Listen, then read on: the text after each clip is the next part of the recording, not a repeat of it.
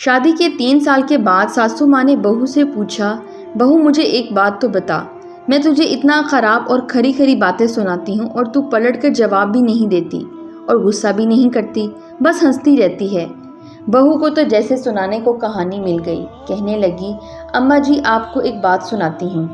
میں جب چھوٹی تھی مجھے ہمیشہ ایسے لگتا تھا کہ میری ماں میری سگی نہیں، کیونکہ وہ میرے سے گھر کے سارے کام کرواتی تھی، اور کوئی کام غلط ہو جاتا تو مجھے ڈانٹ بھی پڑتی اور کبھی کبھی مار بھی دیتی تھی،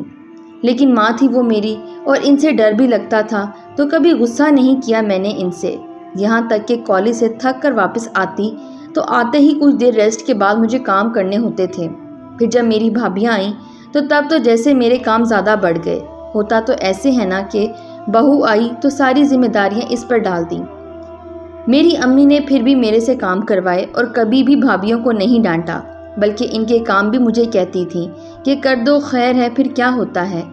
ان کا ایک جملہ ہمیشہ مجھے یاد رہتا ہے، وہ کہتی تھیں، خیر ہے نا اگلے گھر جا کر تجھے مشکل نہیں ہوگی، اور میں اس جملے سے چڑ جاتی تھی۔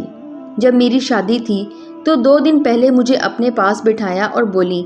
بیٹا آج تک سمجھ میں تیری ساس تھی، میں نے تجھے پریکٹس کروا دی ہے، تجھے بتا دیا ہے کہ ساس کیسے ہوتی ہے،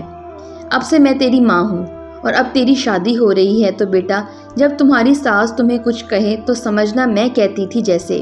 ویسے ہی تیری ماں تجھے ڈانٹ رہی ہے۔ بس یہی بات تھی، مجھے آپ کی باتیں بری نہیں لگتی کیونکہ مجھے پریکٹس کروا کر بھیجا ہے،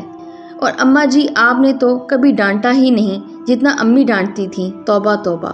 بہو ہنستی ہوئی کچن میں چلی گئی اور ساس سوچتی ہے کہ واقعی بیٹیوں کی تربیت ایسی کرنی چاہیے۔